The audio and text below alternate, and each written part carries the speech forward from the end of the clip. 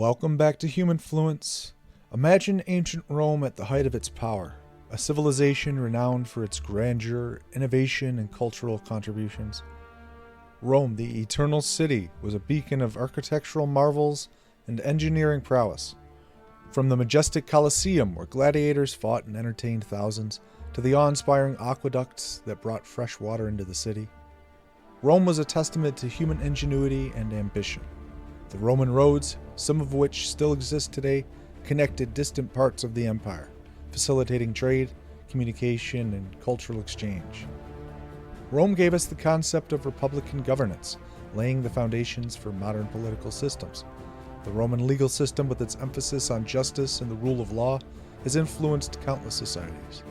The arts flourished in Rome with grand sculptures, intricate mosaics, and literature that has stood the test of time. The grandeur of Rome was undeniable, a civilization that left an indelible mark on history. But while Rome dazzled with its splendor, maintaining control over its vast empire required more than just impressive structures and cultural achievements. The key to sustaining this power was to keep the masses subdued. How do you ensure the populace remains content and compliant? By controlling not only their daily lives, but also their thoughts and beliefs. This is where the concept of bread and circuses comes into play.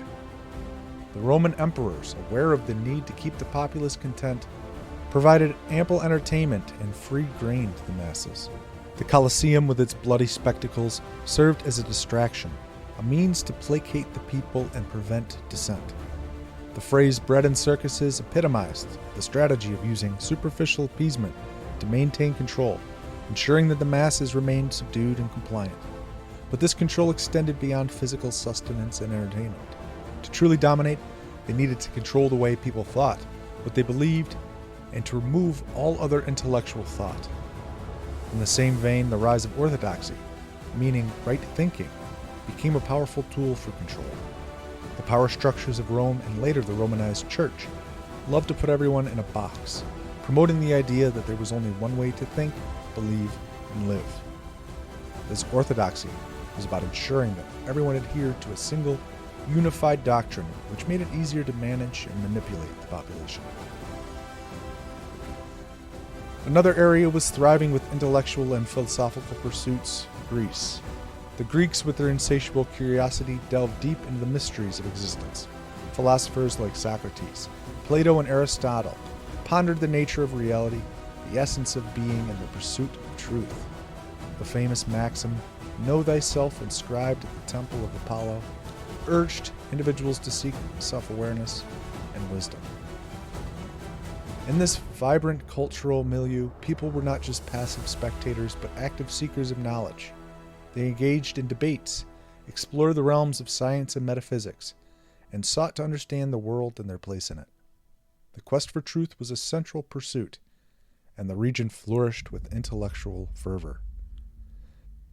But the grandeur of Rome and the philosophical pursuits of Greece were not immune to darker forces. The rise of the Romanized Church marked a turning point in the quest for spiritual truth.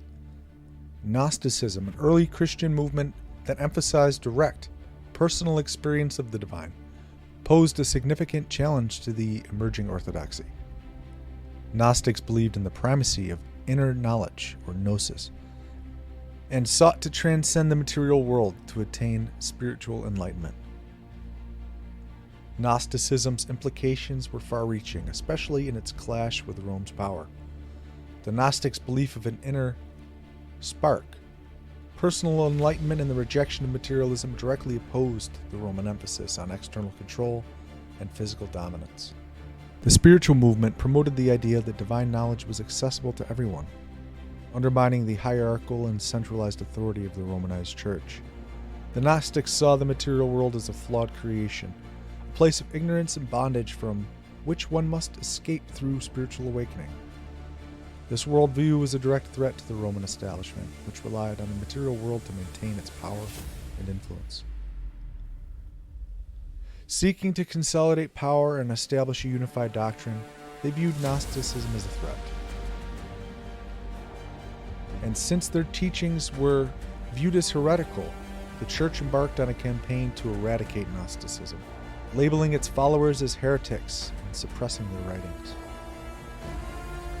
Most Gnostic texts were destroyed and their communities were persecuted, effectively silencing a significant spiritual movement. During this time, many thinkers and philosophers also clashed with the prevailing power structures. Figures like Hypatia of Alexandria, a renowned philosopher and mathematician, faced persecution for her beliefs and teachings, which often contradicted orthodox views. Ancient science and spirituality, once deeply interconnected, were increasingly downplayed and suppressed. The pursuit of knowledge and spiritual enlightenment was seen as a threat to the established order, and those who dared to challenge the status quo often paid a heavy price.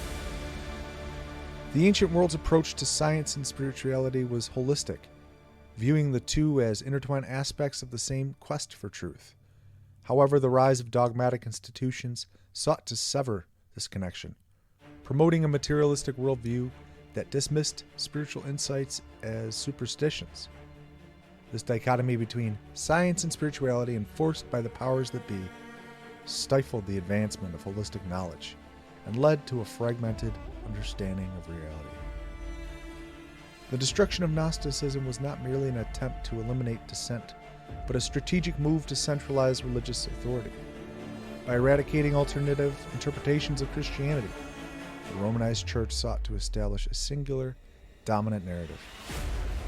This consolidation of power had far-reaching consequences, shaping the course of Western religious thought and suppressing diverse spiritual perspectives.